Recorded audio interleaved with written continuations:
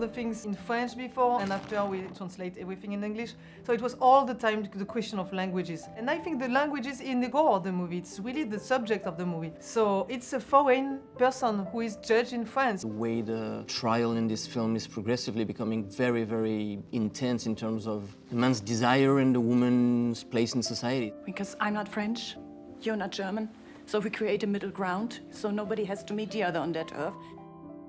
You learn about these people through what they do and how they react, and their shameful secrets emerge and their passions. What I discovered was oftentimes the silences and the freighted silences, the weighted silences, judiciously employed.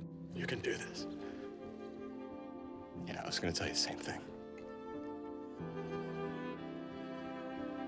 I asked Josh Singer to come aboard and let's just see if there's a movie that I could have a point of view about, to explore about this relationship of these two people that was haunting and inspiring and funny and tragic and human. And that's your dream as a filmmaker, to be able to dream cinematically as big as you can for a story. I know exactly who you are.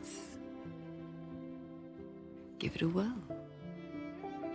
I just had this real creepy image of an empty house with a couple like this. And that was kind of the first spark. Television actress who really has something to prove here. You know, there is something that felt comedic about that as our entry point. It's the complexity, it's the moral gray areas that are interesting, right?